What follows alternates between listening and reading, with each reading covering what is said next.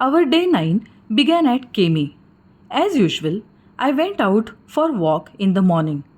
After breakfast, we flew from Kemi to Helsinki, which is Finland's southernmost capital and vibrant seaside city. In this charming seaside city, urban culture meets coastal nature. Helsinki has the northernmost metro system in the world. Upon arrival, we explored Helsinki city.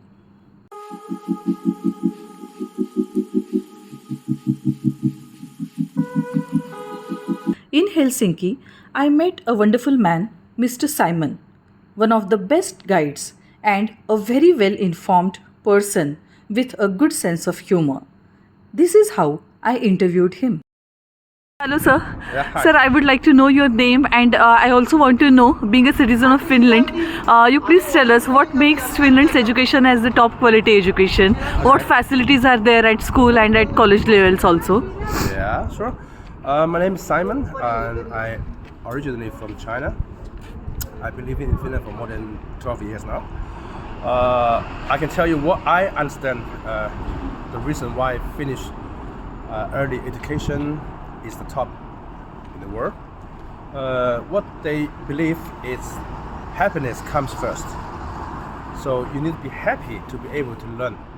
You need to be interested into what you need to do in a school, not just because the parents force you to do. It's because you want it.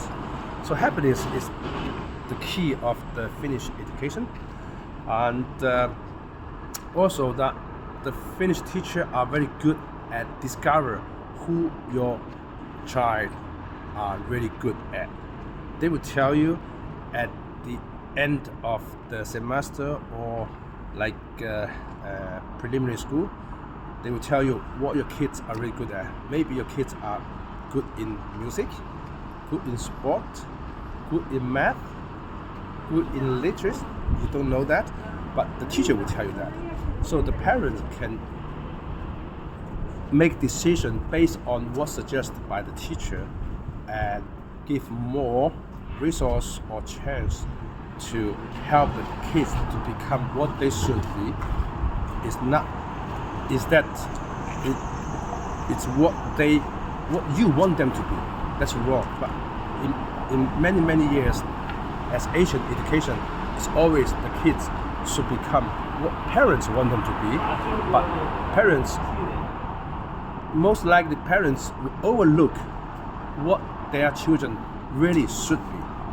We forget about that part. Yeah. When you come from a poor family, the parents always want the kids to make money because you were poor, right? Right. When a family have a big issue of sickness, so they want the kids to be doctor. Correct. So basically, the parents just want to make the child to be what they need, but very few parents will really think what is the best for the kids. So that's the difference. That's what I always say, that in our nations actually parents they take students or their children's report card as their identity card. What identity card? Sorry. Child's report card is taken as the identity card by the parents. Yeah. That shouldn't be the case. Yes, that's right. And also they don't do the ranking in the class. Okay. Here there is no ranking in the class. There's no ranking in the class. So there is bad student, there is good student. I mean, study-wise, okay? But you don't know who they are. Okay. There is who is number one in the school, who will be the last place, but nobody knows who. They will tell you individually. Yeah. They tell you individually how many score your kids get, but they wouldn't tell you what his ranking is. They don't tell you the ranking. Okay. So tell you your kid's doing good. Okay. And what are the different facilities at school for children? Facilities, I think the EU standard is quite similar. Pardon? The EU standard as Okay. the European members, all school facilities are quite good. Okay. Yeah. You have the computer room, you have a big screen in the class. Instead of the blackboard, you don't use the board anymore. It's the screen nowadays. And I think the school are very much focused on the future education as well. Nowadays, the trend is AI. So even my kids studying AI now, the concept, the teacher is starting to tell what AI is. So, I mean, as a resident in Finland, I'm very relieved that my kids can be part of the education system. I don't expect they will be a famous scientist in the future or artist, but at least I know they're happy in the school. Okay. Is there anything like value education as a part of school education? Also, And how is it done, sir? well, I think that's the teacher try to influence the kids by taking the social responsibility, be responsible for the country.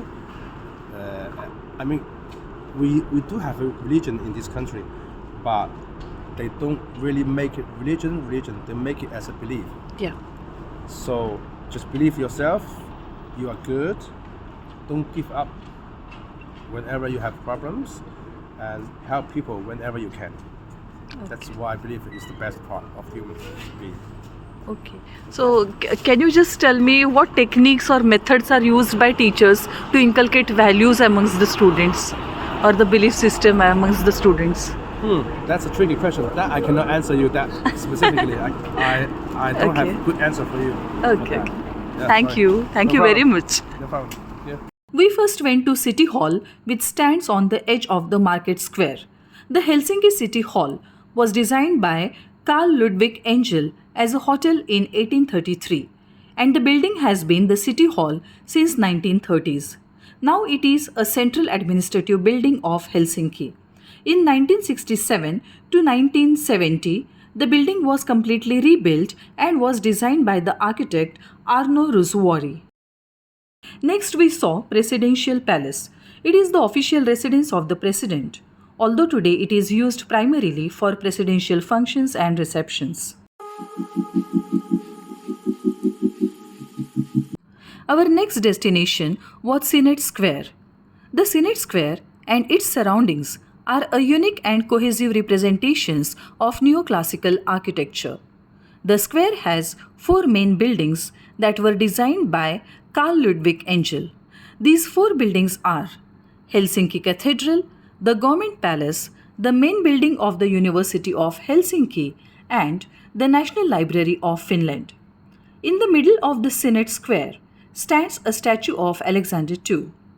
Helsinki Cathedral is said to be the most popular and photographed structure. Senate Square, along with its surrounding, is the oldest part of central Helsinki.